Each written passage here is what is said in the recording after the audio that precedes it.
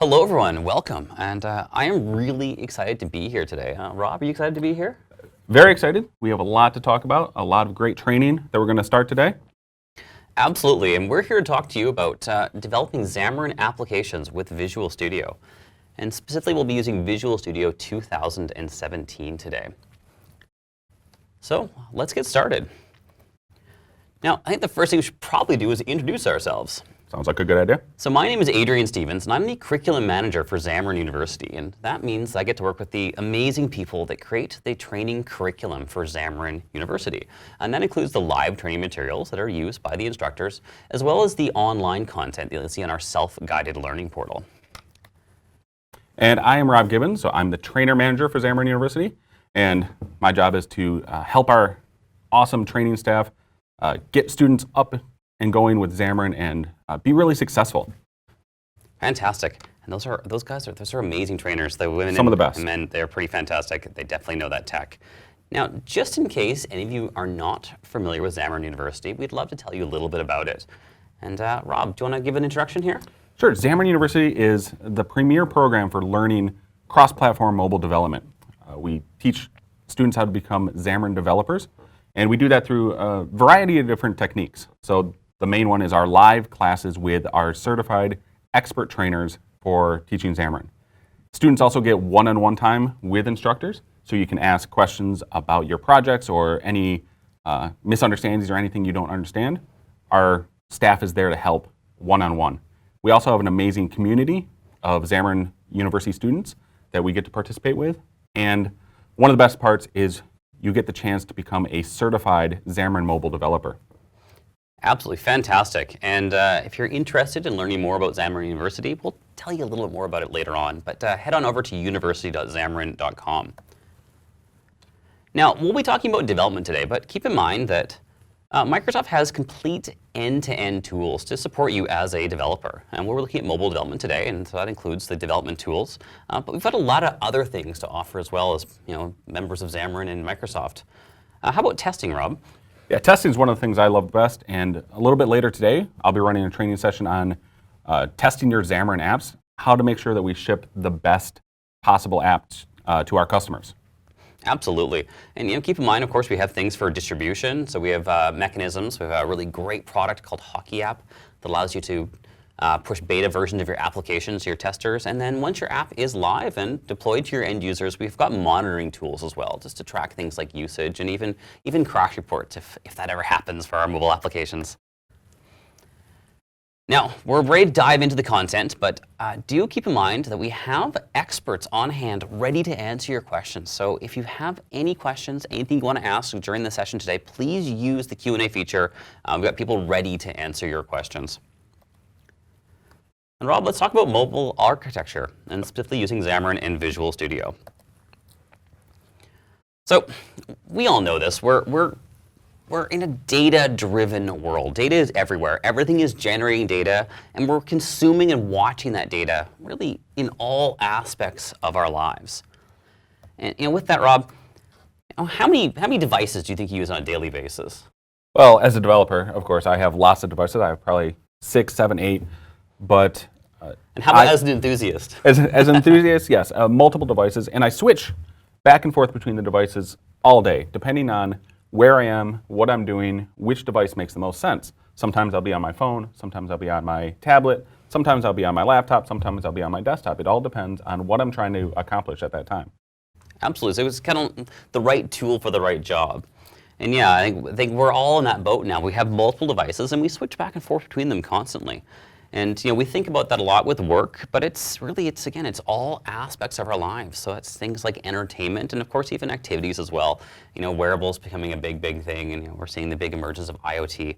Really, with devices everywhere connected to our data, allowing us to consume and interact with that data.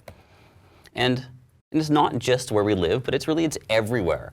And we expect to have that data wherever we go, whenever we travel, anywhere we want to have that data.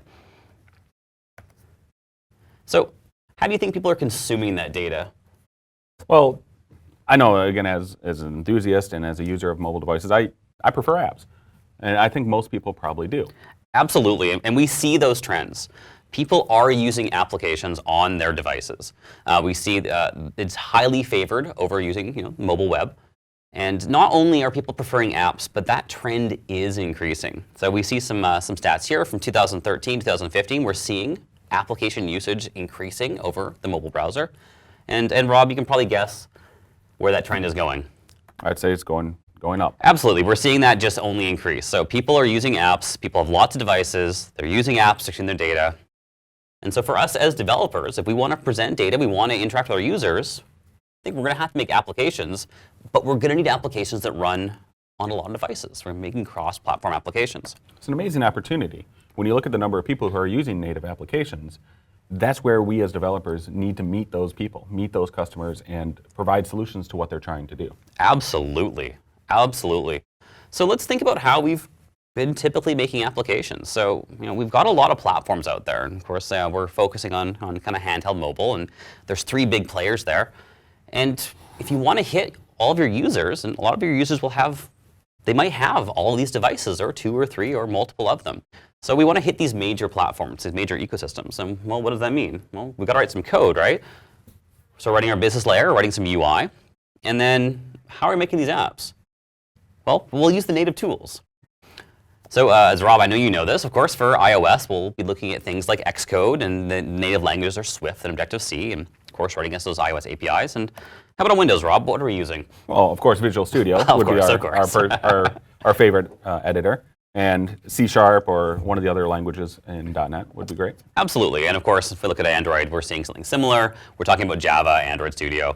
And they're all fine products. But of course, we see that it's different development strategies. It's different languages. So that means we're writing that 3 times. That's exactly it. And that sounds expensive. Well, it is. It's a code maintenance issue. Whether that means that we're writing the code 3 times, it takes us longer, or perhaps we have multiple development teams, each specializing in each language. And we have a quick example here. We see some C#, some Swift, and some Java.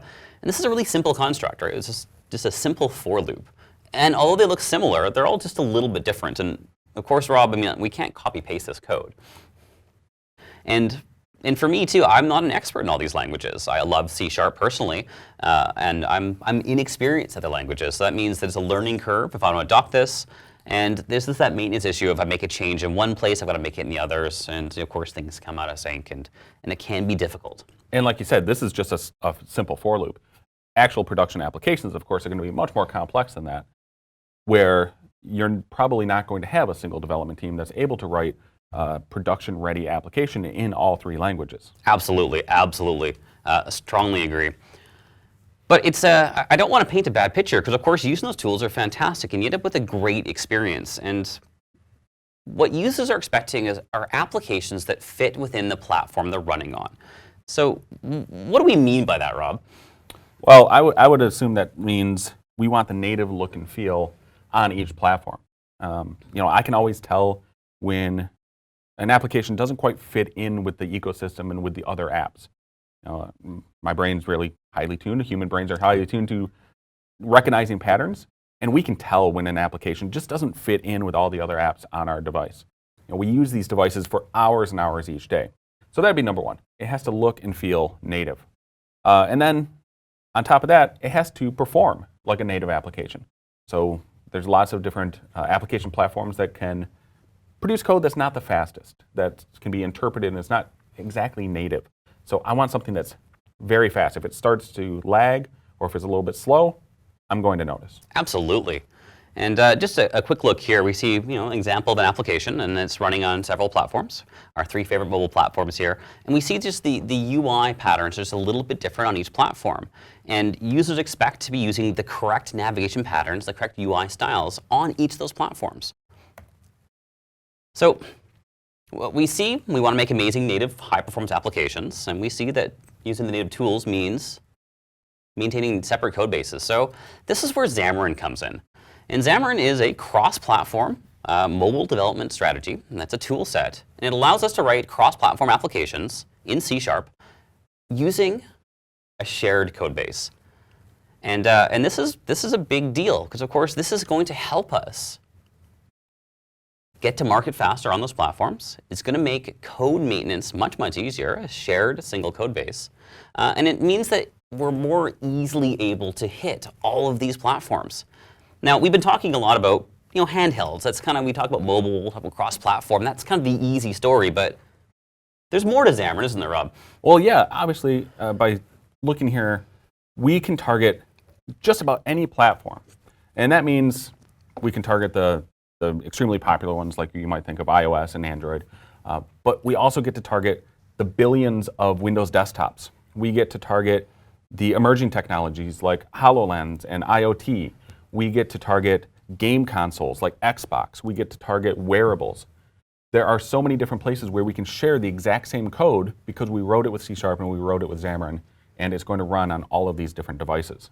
Yeah, it almost seems a little bit like magic. It's pretty amazing. We can write a single code base that's actually able to run not even just across these different ecosystems, but across all these different device types as well. So what are we going to use? If we're going to write a Xamarin application, well, of course, let's use Visual Studio. And which version do you prefer? Well, Visual Studio 2017 is what I use most of the time on Windows. We also have Visual Studio for Mac. So if you're a Mac developer, we can target most of these exact same platforms. You can share your code, you can share your solutions, you can share your projects back and forth between both of these incredible IDEs. And that is pretty exciting. It's pretty amazing to be able to use the platform that you prefer. You can go back and forth between Windows and Mac, and we've got Visual Studio solutions on both of those. And of course, we'll write our code in C#. But it's not just C# though. Keep in mind that we also have access to the .NET library on these platforms. And this is really a big benefit of Xamarin. Especially if you're a .NET developer, you've got access to all those amazing APIs. Really going to help you write performant, well-behaving applications. Now, one thing I want to mention before we get into some code is Xamarin is open source. And that's pretty exciting. This is big.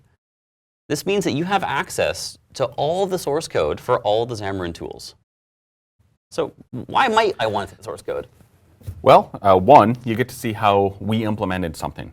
I use that quite a bit when I want to go see why something's behaving like it is. We have access to that source code. And that's not just because I work for Microsoft, it's because it's open source and anybody can go look at it. Also, we love taking pull requests. So if anybody in the community finds a way to improve the code, we would love to get the contribution back. Absolutely. Community-driven, open, and exactly as Rob said, I can't reiterate this enough. It's really fantastic to be able to look under the hood, see how the engineers of Xamarin have built the platform.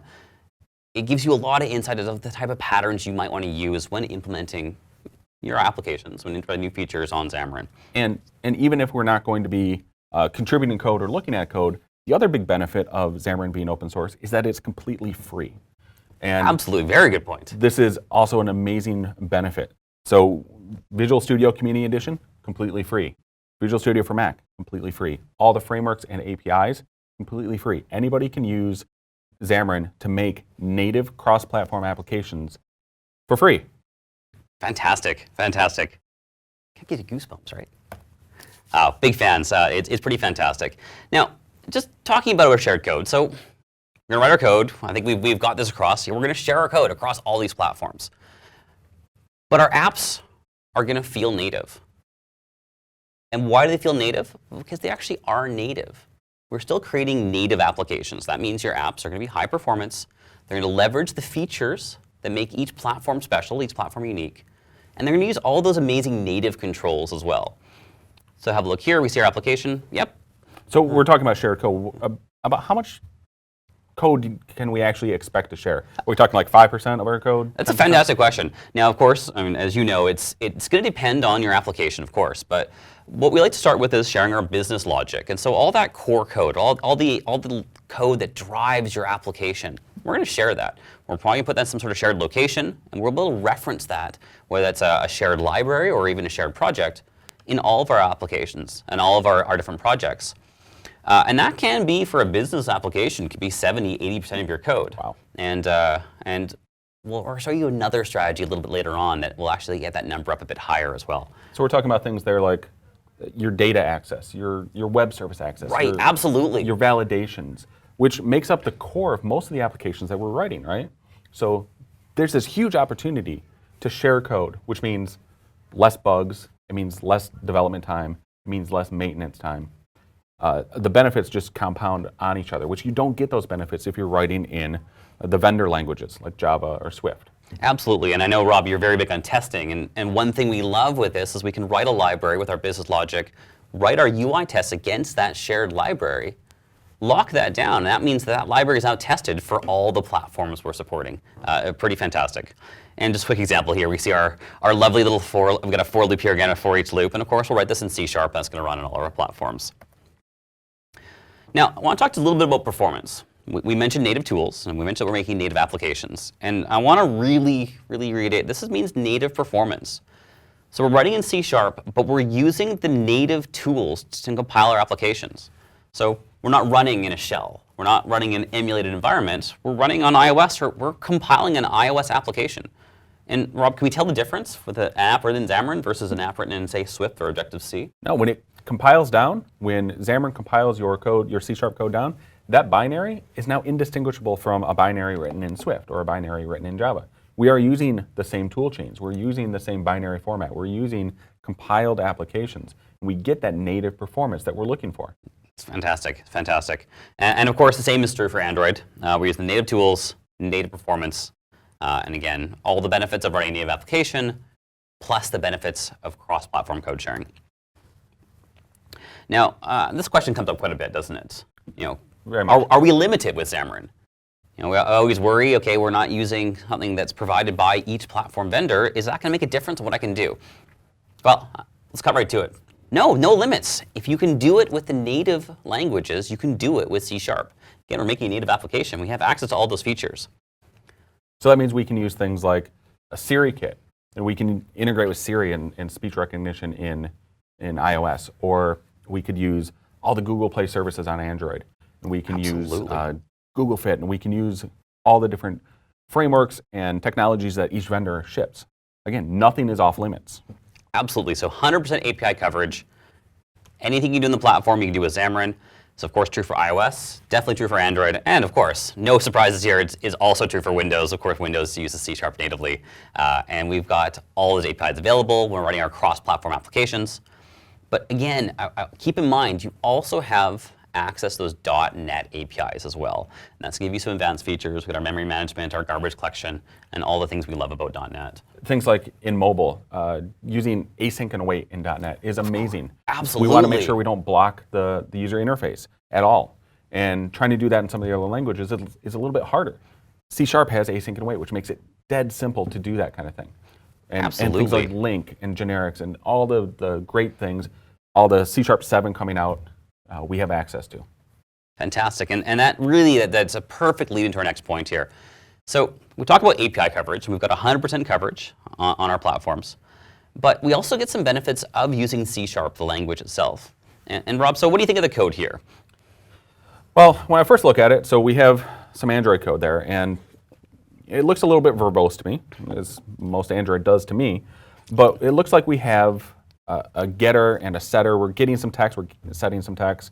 And then we have, looks like a listener. And I know Java enough to know that's how Java's going to wire up listeners or events. But as a C# developer, that's not natural to me. I much prefer what we see there on the bottom. In C# we have just a property with a getter and setter. That's how C# does it. That's the C# syntax. And we also have an event handler. That's how we're going to handle events. So one of the main benefits of Xamarin is not only do you get access to all of those APIs, but we don't just bring them over as is.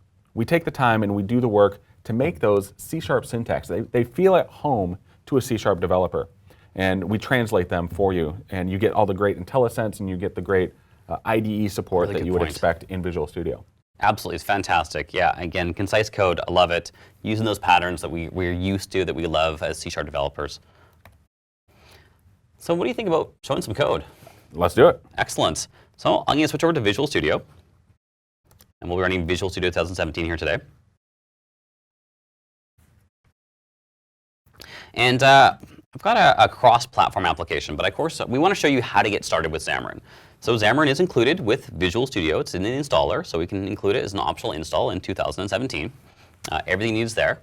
And when you have Xamarin installed in Visual Studio, we can make new projects. So if we go File, New, Project, we'll see several options.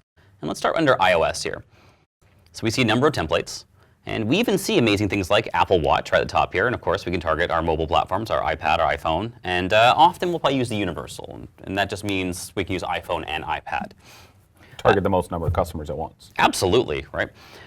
And notice here, of course, we're not talking just about basic iOS applications. Take a look. We've got Metal, game applications here as well, Scene Kit, even WebView applications. So we're not limited to what we can do here. Again, if we can do it on the native tools, we can do it here. We're making native applications.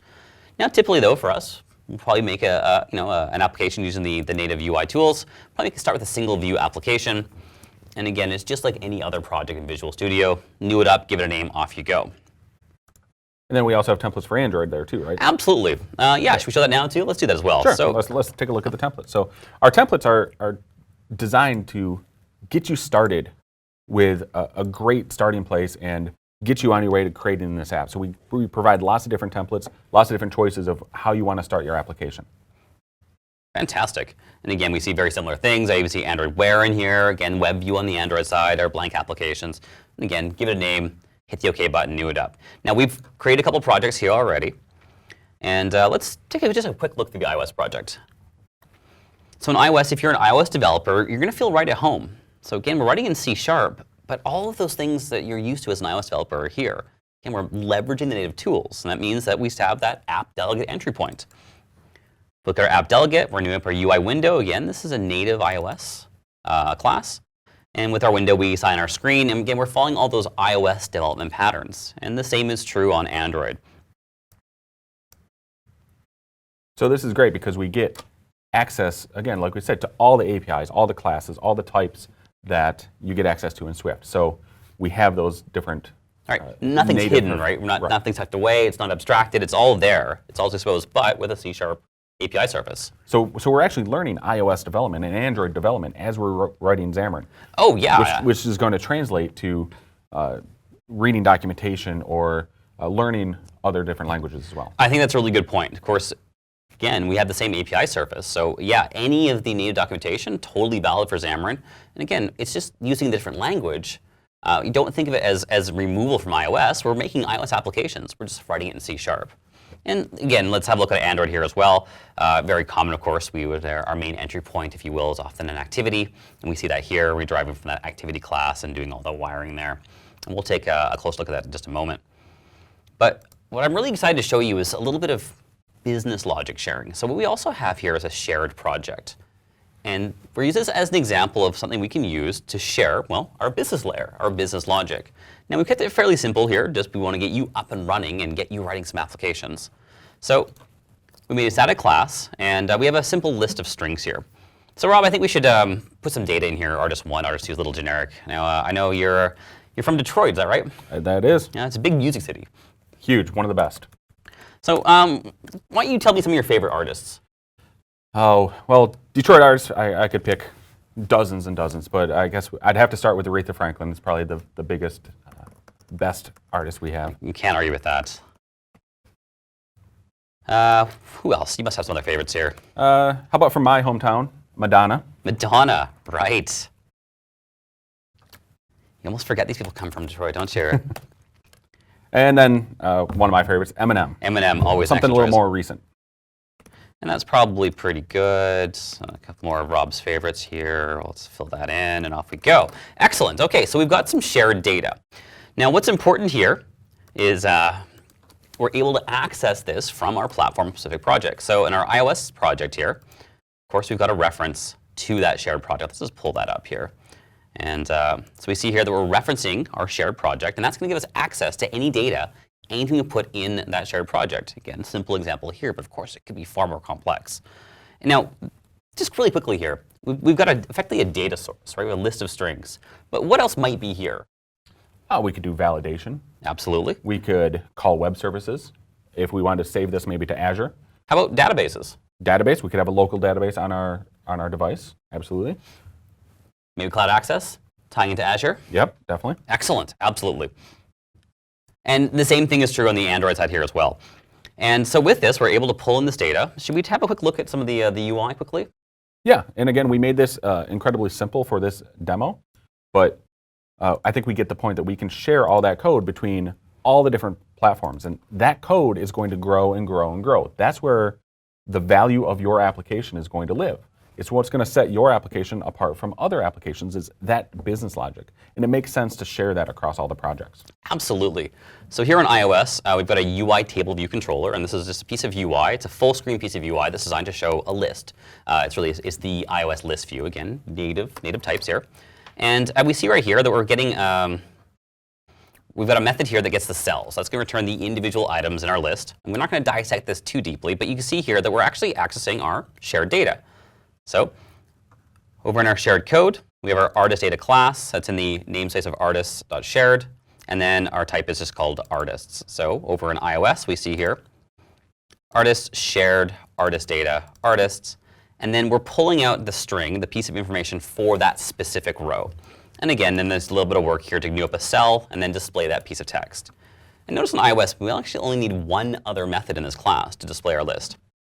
And with that, we run the application. We see we have our list here. That's it. That's all we need to display a list of items in iOS. So we created a native iOS app in just a few minutes. It's a native iOS application. Absolutely. Really, just we have to implement two methods in a class. Really wasn't a big deal. And just a touch of wiring in the app delegate to display our table view controller. Over on Android, a very similar story.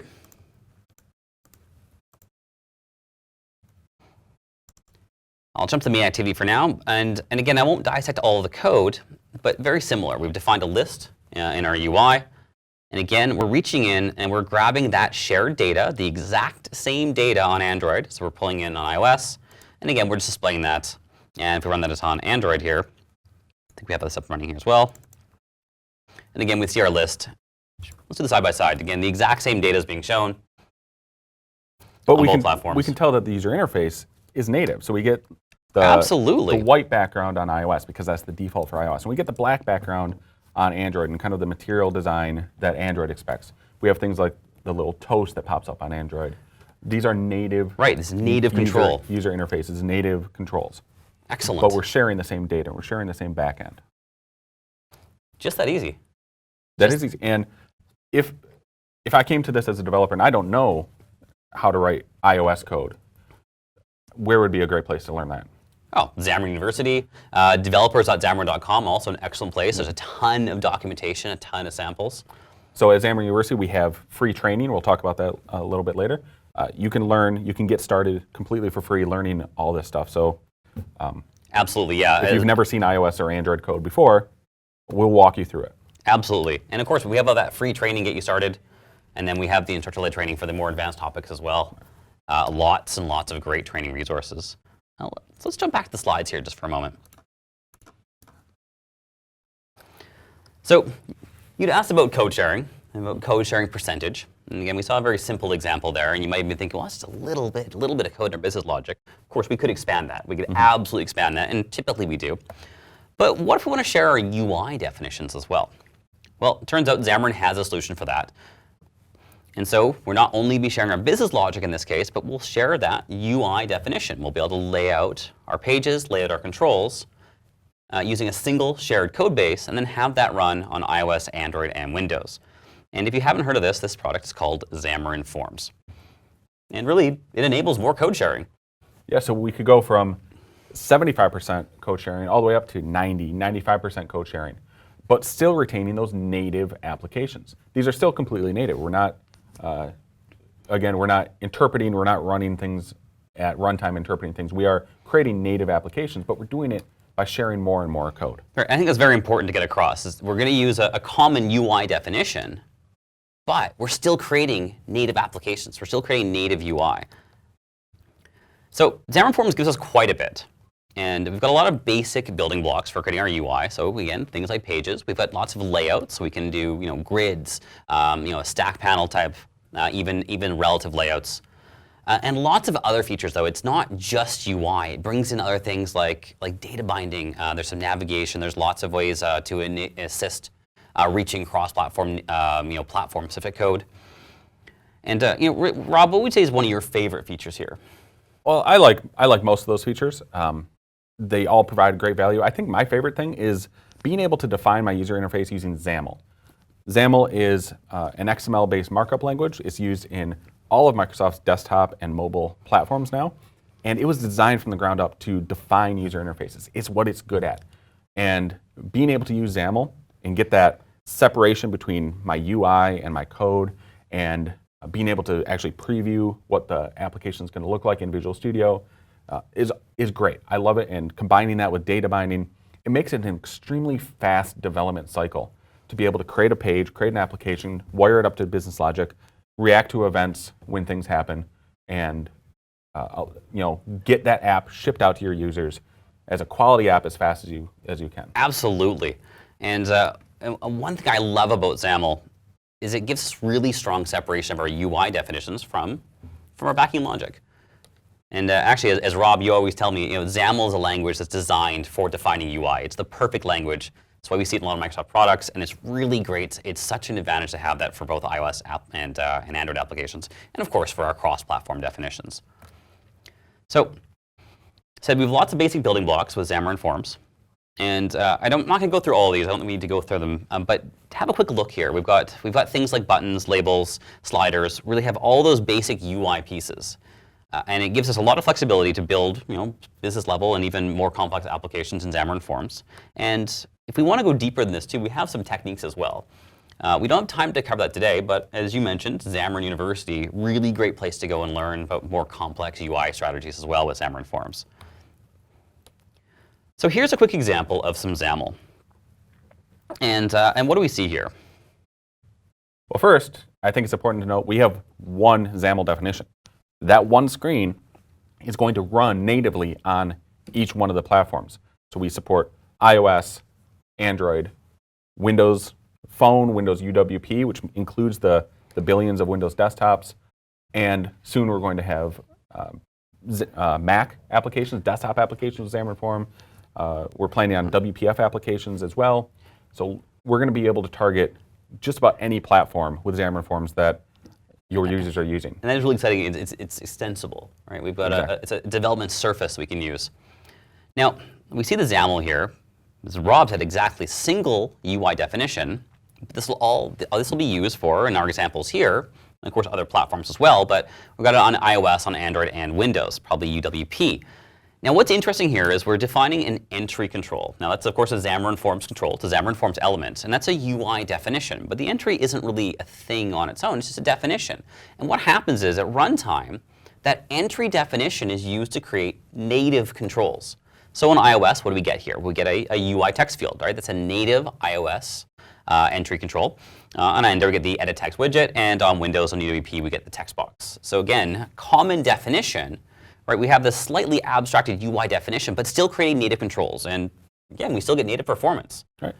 So we're not giving up that benefit that we saw with Xamarin.iOS and Xamarin.Android, but now, as I mentioned before, I might not know how to create an iOS application or an Android application. Those are unfamiliar APIs.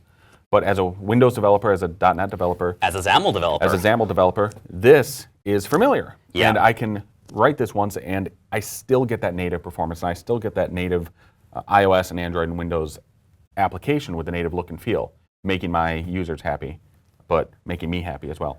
Absolutely. And I think we should show an example of this. And one of my favorites actually is creating a list in Xamarin.Forms, because it's easier in Xamarin.Forms than it is on any of the native platforms. And I think we should do that right now. Let's do it. So we already had that project up, our artist data. And we've got our two head projects here. We've got an Android project and an iOS project. But what I want to do is actually add a Xamarin.Forms project to this and actually consume the exact same data so that we have the option. We can do it per platform, or we can use the more cross-platform UI strategy here. So, and Xamarin.Forms is a great choice for applications like this that are going to have the same user interface for each platform. There's not a lot of derivation. There's not a lot of difference between the different platforms. And that's where Xamarin.Forms really shines. We do have the ability to customize if we want to, but for an application like this, it makes perfect sense if we're just creating a music database or a music list to go ahead and just use Xamarin.Forms. Absolutely. So let's show them how easy this is.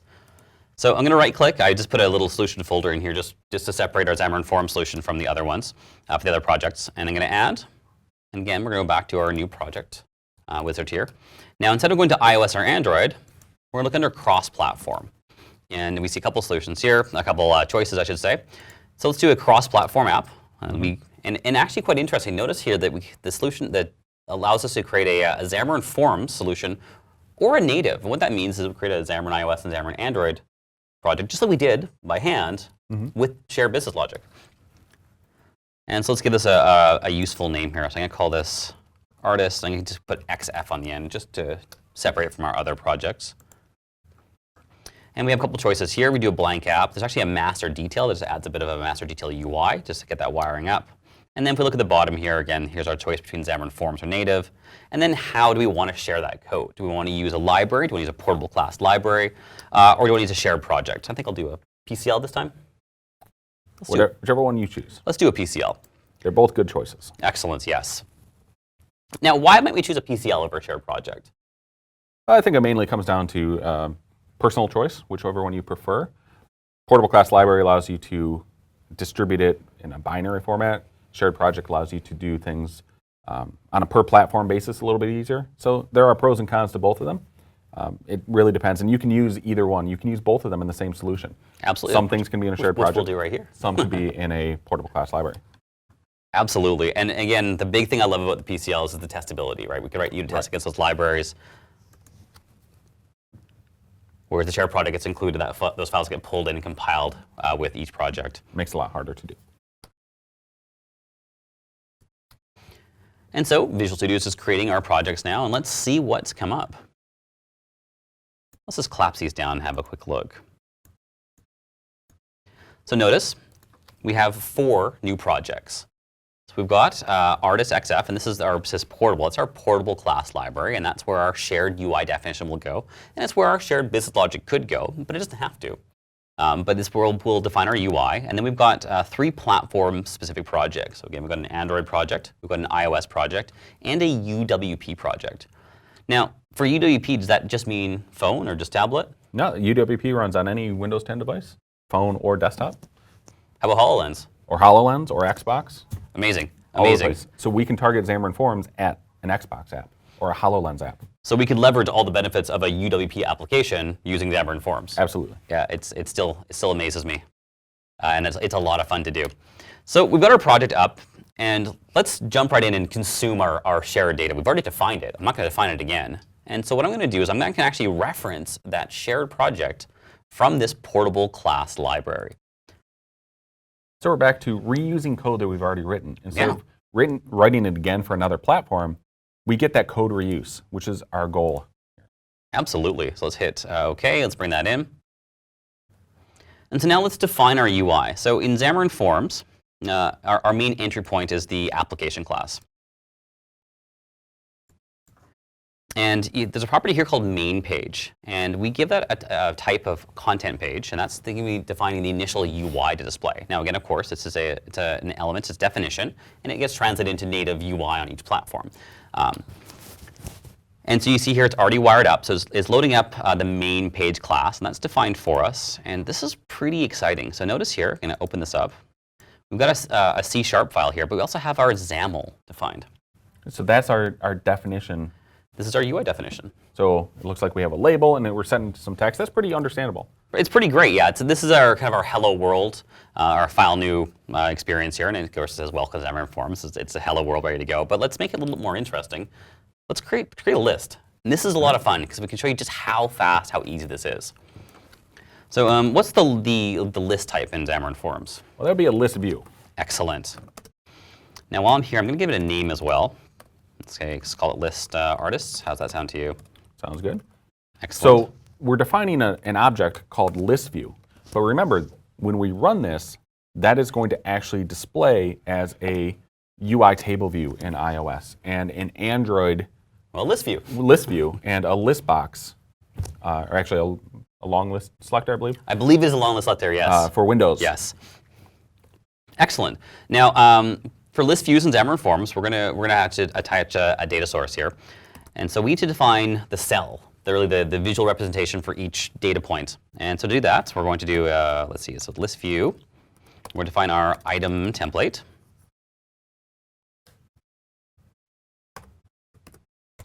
And notice we're getting IntelliSense here with our XAML as well. Which I use all the time when I'm writing XAML. Oh, I love the IntelliSense. It's pretty fantastic. And again, you're seeing how fast we're doing this. And now let's do just a simple cell. We'll get this up and running. And really want to parallel what we showed on the platform-specific projects. And so we'll use a simple cell that's defined in Xamarin.Forms to display a single piece of text. And that's the text cell. So we're using a simple one. But we don't have to use a simple cell. We absolutely could define our own cell. We could make things look fantastic and look like one of the best designed apps on any platform as well. We have complete control of how things look and run using Xamarin.Forms. Yeah, even right within the Xamarin.Forms framework, there's other cell types. We can display images, multiple lines of text, and of course we have lots of options for customizing the cell as well, to having full control over it. Absolutely. And so we're going to use data binding. We're going to bind to a data source here. And so with that, we're going to assign the text property, and that's of course going to display our text. These are binding, and we're just going to bind to that simple list of strings. So I'm just going to bind root, and all we need to do now is wire up our data. So this wasn't too hard. So now I'm going to jump into the code behind for our UI definition. We named our list. Notice list artists. We have the IntelliSense. We're going to set our item source. And now again, we're going to reach into that shared data. That's that data in our shared project. So where was that again? Let's have a look at that class name. So again, our namespace is artist shared, class is artist data, and then the data is artist here. So let's go back and wire that up. And again, our IntelliSense walks us all the way through it. So we just set our data source to a list. List of strings. The same code that we wrote before. Absolutely. And again, we're just binding to that list. Let's try it out. And you know what? Let's try it let's do UWP first. Let's do it. And they haven't seen that yet, so I'll set that as startup. And notice that we didn't do anything in the iOS, Android, or UWP projects. They're there because we still are compiling native applications. But we didn't have to interact with those APIs. We didn't have to go learn all those APIs. We're able to simply use Xamarin.Forms, define the user interface once, and run it on all of those different things. Absolutely. Let's hope our demo gods here are treating us well today. So we should get a list of some of our favorite Detroit artists showing up here. Again, this is going to be running on UWP, targeting all those different platforms we were talking about earlier. Right, again, we're seeing this on desktop, but of course this will run on HoloLens. This will run on IoT. This will run on, and again, right there we see it. We get the Funk Madonna, MN, and Mini Pops, Rob. Mini Pops, yeah. Yes. Excellent. So we try this on some of the other platforms as well? Yeah, definitely. And one of the things I like the best is, as a Visual Studio developer, we have an iOS remoted simulator. So we can... Should I show them that now? Let's do that. Excellent. So I'm going to select the Artist XF. This is the Xamarin.Forms platform-specific project. And change it to simulator there. Yes, thank you very much. And so this is project. If we actually looked in this, there's very little here. This is just leveraging everything that's defined in that Xamarin.Forms PCL. So it has the UI definition, and then that UI definition is also referencing our shared project. So let's give this a go. So drop down that drop-down of simulators there. Yes. So we have access to all the simulators that I have here installed on this Mac. Right, your build host is right here. So actually, let's talk about that.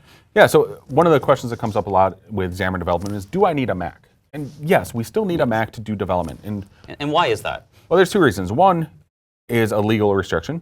Apple requires that we build iOS applications using a Mac. But even better for us is, as we mentioned, we use the vendor tools. We use Xcode to do the build. And that gives us a lot of benefits of making sure that our app is completely native. Right. So, and of course, Xcode only runs on Mac hardware. Exactly. So, yeah. So that's what enabled us to get this native look, feel, and performance, is by using the native tools as well. But as a Visual Studio developer, I don't need to know that. I just need a Mac on the network somewhere. It's all integrated. And we can just run it right from here from our desk. So what's really amazing here is this is actually going to be compiled on our Mac here, but we're going to visualize it here on our PC, aren't we? So the 7 Plus, is that the right one? Sure. Let's do that. I think that's the one that's running right now. Perfect. And so we're going to show off another really great tool here. I'm going to bring this up. And this thing is the previous one, right? That's the previous one. We've got some change data, so we'll see that in a moment. But this is the iOS remoted simulator for Visual Studio. And this is not running a simulator on Windows. What this is actually doing is visualizing and providing interaction with the simulator running on the Mac build host. All right, so it is deploying right now. Here we go. We see it come up. Perfect timing. And again, we see our data, and fantastic. You see the UI, it didn't look any different than the non-Xamarin Forms and the native Xamarin iOS version. But it's a lot quicker to develop. One of the other things, as we're talking about the simulator, that I love is Windows hardware nowadays usually has touchscreens, which means we can touch the simulator with a finger, just like you would a normal device. Fantastic. Can't do that on our Mac. Absolutely. And we, of course, run this on Android. We see the very same thing as well. Yep. And but I think maybe we'll wrap this up. Yeah, let's do it. Excellent. So a quick demo, and of course we did a fairly simple piece of UI here, and we did that because we want to show you how easy it is to get up and running. But of course we've just scratched the surface. But what I really want to emphasize to you is that you can make really great looking applications with Xamarin and Xamarin Forms. Again, if you can do it on the native platforms, we can do it with Xamarin. And we actually have access to all those amazing native APIs with Xamarin Forms as well. So if you dig under the hood a little bit, you can wire up native controls in Xamarin Forms. And again, so you're not limited regardless of the choice you take. And you can make really great, really compelling applications. And again, keep in mind, we showed mobile, we showed handheld, but there's a lot of other device apps out there. We've said it a few times now. Again, HoloLens, IoT, gaming. So again, cross-platform code sharing. Create that PCL referencing from all those projects, consuming that business logic in Xamarin Forms, especially with UWP, gives us such a broad selection of devices. So I think that's probably a great time to point them back to Xamarin University. Definitely. As we mentioned, Xamarin University, we have our live classes with our expert instructors. So you can subscribe to Xamarin University and interact with them and learn 80 different classes we have available. From those experts. From those experts. Yeah. You get one-on-one time with those experts where you can ask questions. But even besides that, our self-guided learning is completely free. And we have dozens of classes for self-guided learning. Oh yeah, with more coming. With more coming. And you can get started on iOS and Android. And Xamarin Forms. And Xamarin Forms. And start learning and start that journey to becoming the cross-platform mobile developer. Yeah, it's the perfect place to get started with Xamarin. Get all those fundamentals, get you going. Again, completely free. As we talked about earlier, mobile is eating the world. Mobile is taking over. Everybody has a mobile device, even people who don't necessarily have a laptop or a computer. And we need to meet them where they are. So mobile is the future. Absolutely. So thank you very much. And thank you, Rob. Thank you, Adrian. You're very welcome. So again, remember, you're welcome to ask questions. Use that QA feature. Again, we've got experts on hand ready to answer your questions about anything Xamarin. And thank you so much for joining us here today. Thank you, everyone.